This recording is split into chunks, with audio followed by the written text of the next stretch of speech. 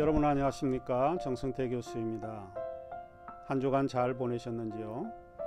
코로나19 사태가 장기화되면서 많은 분들이 피로감과 우울감 그리고 불안감을 호소하고 있고, 또한 이 코로나19 사태가 우리의 삶과 일상을 완전히 바꿔놓고 있습니다. 4월 첫 주가 되었음에도 불구하고 이번 주에도 통상적 대면 강의가 이루어지지 못하고 동영상으로 여러분을 만나 뵙게 되어 매우 송구하게 생각합니다. 양해해 주시기를 바랍니다. 그러면 악과 고통의 담론 세미나를 제가 이번 주에 진행하도록 하겠습니다. 악과 고통의 담론 세미나를 한 주 더 제가 인도하게 되었습니다. 여러분이 잘 알고 있듯이 세미나 수업이라고 하는 것은 서로 얼굴과 얼굴을 맞대어서 함께 하나의 주제를 가지고 서로 토론하고 또 여러분의 생각을 공유하는 그런 것이 통상적이고 일반적인데, 예상하지 못한 일로 비대면의 수업을 부득이하게 오늘도 이어지게 되었습니다. 다음 주에는 세미나 모임을 우리가 어떻게 해야 할지 고민을 해야 할 것 같고, 최근에 유행하고 있는 줌이라고 하는 걸로 해서 함께 우리가 세미나 수업을 이끌어 가야 할지, 아니면 발표자를 정해서 영상을 찍어 신학대학원 카페에 올리든지, 아무튼 많은 고민을 해야 할 것 같습니다. 악과 고통의 담론 세미나를 신청한 학우를 보니까 현재 14명 정도가 되는 것 같습니다. 우리가 모여서 발표자를 정하고 강도갈 세미나의 주제도 서로 논의를 해야 하는데 그렇지 못해서 많이 아쉽기도 합니다. 다음 주 중으로 제가 여러분을 카톡 방에 초대해서 어떤 방법으로 하든지 우리가 함께 이야기를 나누었으면 어떨까 싶습니다. 제가 여러분의 얼굴을 조금 보는 것도 굉장히 즐겁고 좋은데, 또 그런 바람도 사실 제게는 있습니다. 자, 그러면 두 번째 세미나 수업 1강의로 제 1장과 2장을 살펴보겠습니다. 제가 선정한 하나님 앞에서 울다라는 책은 토론의 주제나 토론과 연관된 내용을 많이 남겨두는 그런 류의 책은 아닙니다. 지난주에 잠시 이야기를 했듯이 이 책은 심리적이고 내면의 깊은 고통과 슬픔의 마음을 언어로 잘 표현하고 있는 책입니다. 자, 그러면 제 1장의 주제로 이제 들어가도록 하겠습니다. 강독책 하나님 앞에서 울다를 여러분 가지고 계시다면 19쪽을 펴주시기를 바랍니다. 제 1장의 주제는 끝 그리고 시작입니다.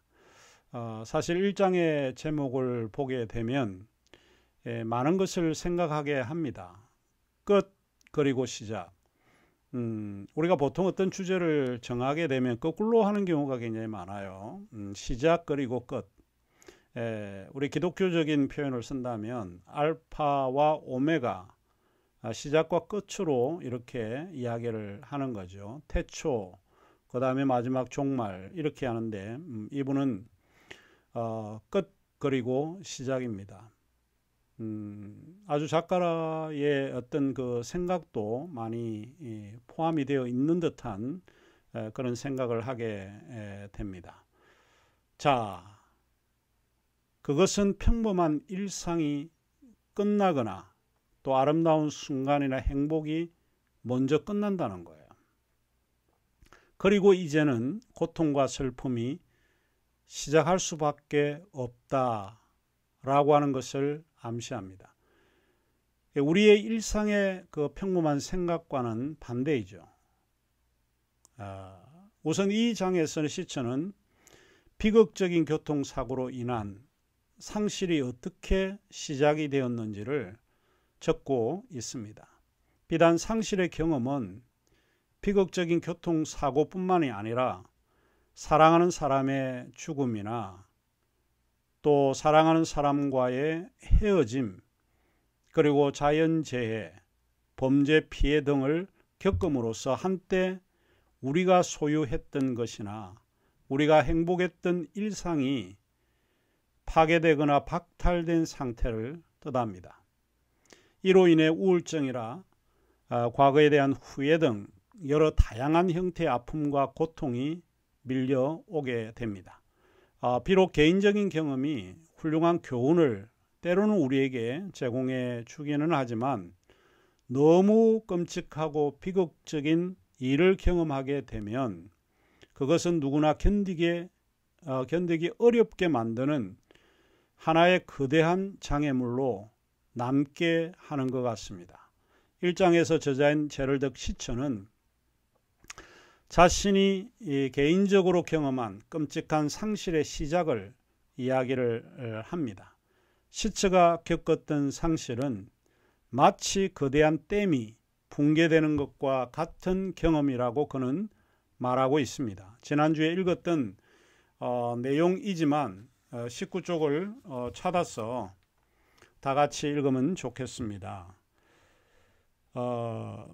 끔찍한 상실, 그것은 거대한 홍수처럼 모든 것을 파괴합니다.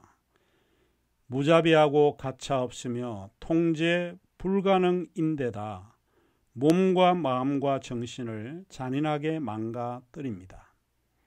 때때로 상실은 그 피해가 즉각 나타납니다. 일순간에 댐이 무너지면서 터져나오는 거센 물살에 앞에 있는 모든 것이 휩쓸어 버리는 것과 같습니다. 때로는 상실로 인한 피해가 서서히 나타나기도 합니다.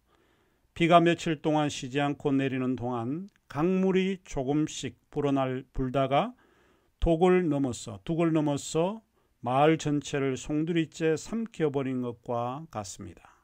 어떤 경우든 이 끔찍한 재앙과도 같은 상실은 우리 삶에 해당하는 대지 위에 회복할 수 없는 잔재를 남겨놓는다. 시처가 댐의 붕괴를 하나의 비유로 표현한 것은 댐의 붕괴가 전혀 예상하지 못한다는 것을 말하고자 했던 것 같습니다. 그는 댐이 붕괴 전에는 모든 것이 평화롭고 행복했다라고 하는 것을 전제로 하고 있습니다. 이 비유를 한 다음에 시처는 자신의 평범하고 행복한 가정에 대해 이야기하고 있습니다. 댐이 붕괴 전에 자신의 가정이 어떠한 가정이었던 것인가 하는 것과 댐이 붕괴되고 난 이후에 그의 가정이 어땠다 했던 것을 가슴 아프게 전개하고 있습니다. 시처는 아내 린다와 결혼을 해서 20년 가까이 함께 살았다고 합니다. 시처의 부인은 아이들을 매우 좋아했고 그 아이들 하나하나가 그녀에게는 소중한 선물과 같았다고 하고 그에 대해서 감사하고 생활했다고 기록하고 있습니다. 시처의 부인은 대학에서 음악을 전공했고 직업 가수로 활동을 하면서 교회의 성가대에서도 지휘를 할 정도로 굉장히 쾌활한 성격이었던 것 같습니다. 첫 아이를 낳고 오래도록 아이를 갖지 못했습니다. 오랫동안 아이를 원했지만 아이를 갖지 못했던 것 같은데 아이를 갖지 못한 긴 세월을 시처는 이야기를 하고 있습니다. 다행히도 오랜 세월이 지나 기다리던 중에 새 아이를 늦음하게 하나님께서 허락해 주셨다고 이야기를 하고 있습니다. 이상하게도 나이가 들어서 낳은 아이를 대부분의 사람들이 굉장히 소중하게 여기고 또 이뻐 보이기도 합니다. 아마도 시처나 시처의 부인이 그러지 않았을까 싶습니다. 하나님 앞에서 울다에 20에서 22쪽에 보면 시처는 드디어 거대하고 튼튼한 댐이 예상이나 전조가 전혀 없이 비극의 사건이 일어난다는 것을 말하고 있습니다. 비극적인 사건이 일어난 때가 1991년 가을이었습니다. 시처는 아내와 또 집을 찾아온 방문했던 장모 그리고 넷 아이들을 데리고 미국 인디언 생활을 경험하기 위해서 아이다호 근교에서 열리는 인디언 모임에 참석합니다. 그곳에 도착하여 저녁 식사를 끝내고 원주민의 여러 전통 집회에 참석하여 독특한 인디언 문화를 배우게 됩니다. 그곳 여러 부족민의 지도자들과 차를 마시면서 환담하고 인디언의 전통 춤과 의상에 대해서도 알게 됩니다. 왠지 시처는 그곳에서 들었던 춤과 단조로운 멜로디 그리고 인디언의 북소리가 오래도록 기억이 남는다고 말합니다. 제가 아마 이 글을 읽을 때에 추측한데 현재 상황은 옛날 과거에 일어났던 일과 서로 연결을 짓는 경우가 흔히 있기 때문에 아마 그러지 않았을까 싶습니다. 그 이유는 죽은 이에 대해 느끼는 슬픔을 절묘하게 표현했다고 생각했기 때문입니다. 춤을 지켜보고 있을 때 그곳 부족민의 어린이들 몇이 시체의 딸인 캐트린과 제인을 불러내어서 함께 춤을 추자고 제안을 하고 함께 춤을 추면서 그날 굉장히 즐거운 시간을 보내게 됩니다. 무엇보다도 시처와 그의 가족은 그곳 원주민에 대한 역사를 많이 배우게 됩니다. 원래 원주민의 역사에 대한 배우기 원했던 린다가 아마 그런 생각이 많았기 때문에 아마 그곳으로 갔던 걸로 기억을 합니다. 저녁 8시 15분에 아이들이 이제 그만 돌아가자고 합니다. 아이들은 자연스럽게 인내가 어른과 다르기 때문에 아이들의 인내가 한계에 도달하지 않았나 싶습니다. 아이들이 보채는 바람에 시체의 가족은 사람들과 작별 인사를 하고 짐을 챙겨 실은 다음 집을 향해 출발하게 됩니다. 나중에 아이들이 보채는 그 시간도 후회 속에 들어가 있습니다. 왜냐하면 한 5분만 더 차를 마시고 시간을 끌었다면 이런 끔찍한 사건은 시처의 일생에 일어나지 않을 수도 있을 텐데라고 하는 그런 후회감이 들기도 합니다. 집을 향해 약 10분 정도 달렸을 때 고속도로 맞은편에서 차량 한 대가 아주 빠른 속력으로 달려오고 있었습니다. 마침 그곳은 길이 커브길이어서 시처는 속도를 조금씩 늦추기 시작을 합니다. 하지만 맞은편에서 오는 차는 그 속도를 늦추지 못해서 결국 중앙선을 침범하고 시처가 탄 배를 정면으로 들이받게 됩니다. 나중에 시처가 알게 되었지만 그날 맞은편에서 달려오는 차 운전자는 인디언 원주민이었습니다. 그는 술에 취한 상태였고 속력을 시속 140km까지 냈던 모양입니다. 옆자리에도 술에 취한 임신한 부인이 타고 있었는데 그날 사고로 사망했고 운전자는 다행히 목숨을 건졌다고 합니다. 이 일로 시처는 아내와 장모 그리고 두 아이를 잃게 됩니다. 사고로 4명을 잃는다. 흔히 일어나지 않는 일이기도 하죠. 누구나 이런 일을 경험하게 되면 감정의 소용돌이에서 헤어나오기가 어려울 것입니다. 시간이 지나면서 서서히 과거의 일이 잊혀질 수 있겠지만 시처는 과거를 쉽게 떨쳐버릴 수 없다고 우리에게 전달합니다. 그는 이렇게 이야기를 합니다. 홍수가 난 후 미쳐 빠지지 않은 물처럼 슬픔이 찾아들 때마다 영혼에 나 있는 모든 틈과 균열을 비집고 안으로 잠식에 들어와 나를 아프게 했다고 말입니다. 1장에서 시체는 사고가 삶을 매우 혼란스럽게 했다고 합니다.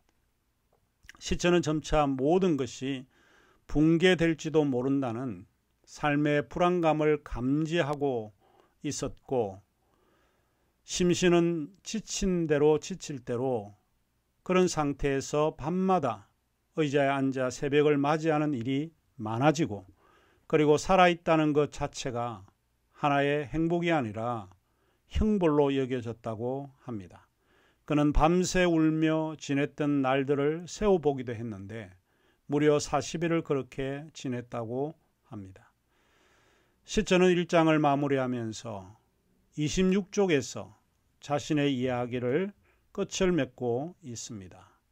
그날 사고가 내게 안겨준 상실은 내 삶을 송두리째 바꾸어 놓았으며 내가 원하든 원하지 않든 가야 하는 여정길로 나를 떠밀어 냈다.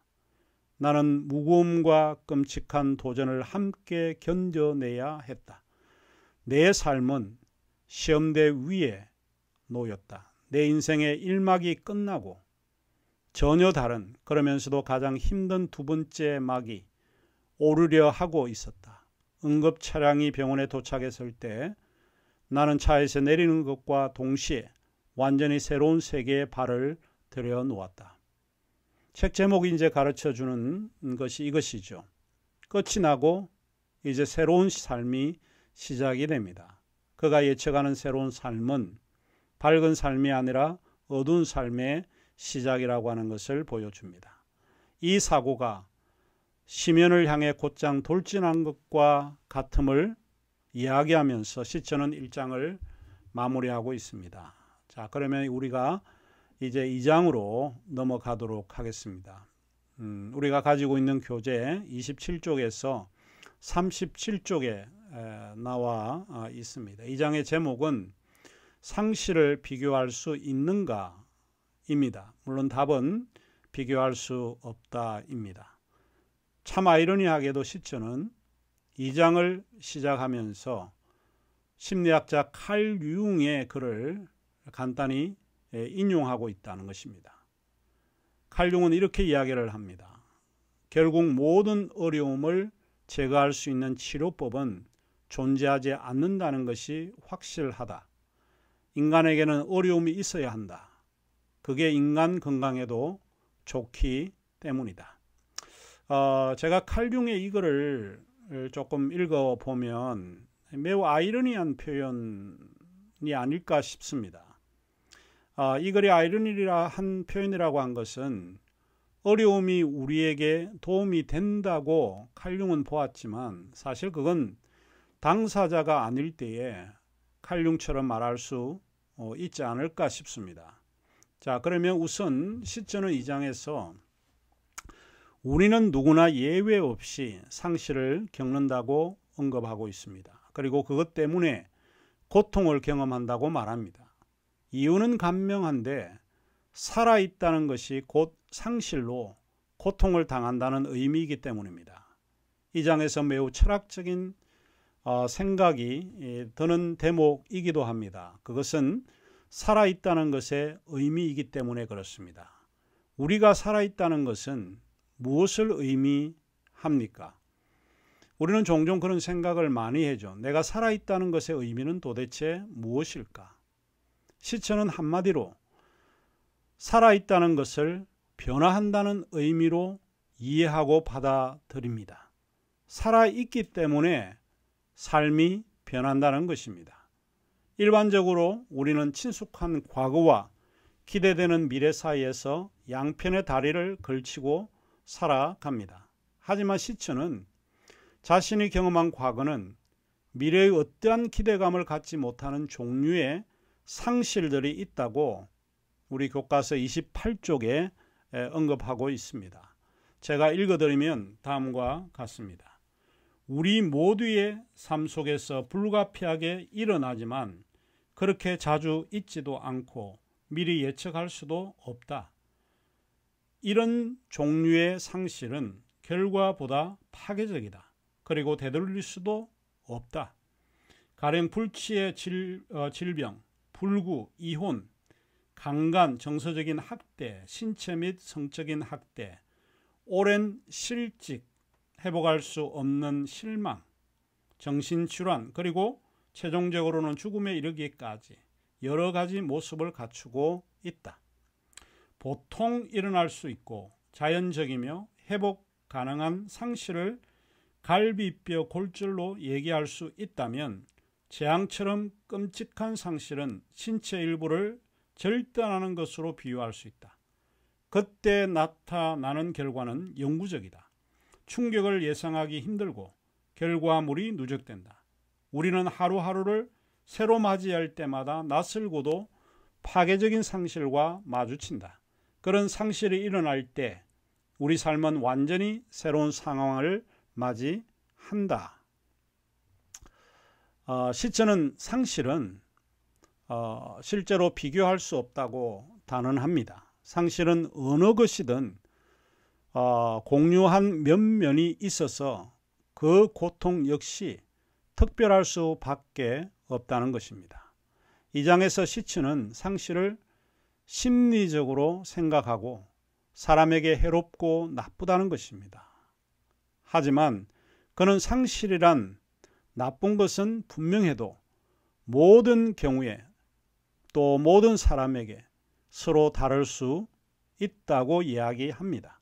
합리적인 우리는 늘 누구의 상실이 더 나쁜 것인지를 분간하려고 합니다. 하지만 이혼한 사람의 상실, 사랑하는 가족을 잃어버린 상실, 그리고 치유할 수 없는 불구의 병으로 인한 상실, 이와 같은 것들은 더 나쁘다고 말하기가 어렵고, 우리가 말할 수 있는 것은 그 상실이 서로 다르다라고 말해야 한다는 것입니다. 그래서 시처는 이 장을 마무리하면서 누구의 상실이 더 나쁜가? 라는 질문은 잘못된 질문이라고 말합니다. 이는 우리가 겪는 모든 상실은 하나하나가 특별하고 나름대로 고통을 주기 때문에 그렇습니다. 우리가 겪은 상실은 다른 아무도 겪어보지 못한 것이기 때문에 우리가 겪는 아픔 또한 다른 이들이 온전히 이해하지 못할 수 있습니다.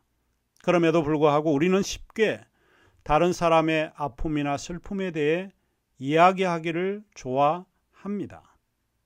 그러나 우리가 그 아픔과 슬픔에 대해 이해할 수 있다고 말하는 그것을 우리는 매우 주의하지 않으면 안 될까 싶습니다. 두 번째 주 1강의는 여기서 마치고 이 강의에서 이제 3장을 조금 다루도록 하겠습니다.